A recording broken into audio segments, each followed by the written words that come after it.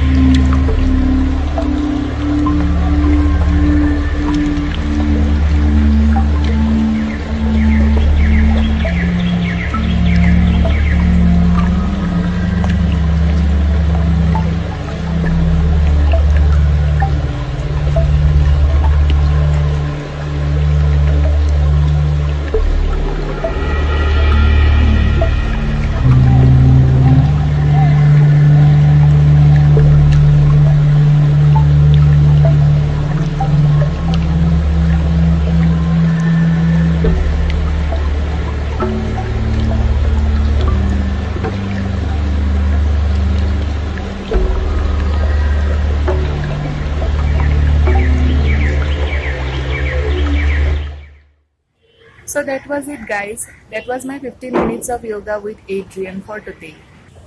If you enjoyed this video, you can check out her YouTube channel also. The link to it I'll provide it in the description box. Please don't forget to like this video, share it with your friends and family, and subscribe to my channel. Press the bell icon right next to it so that you get notified every time I post a new video. Till then, keep practicing yoga. Bye.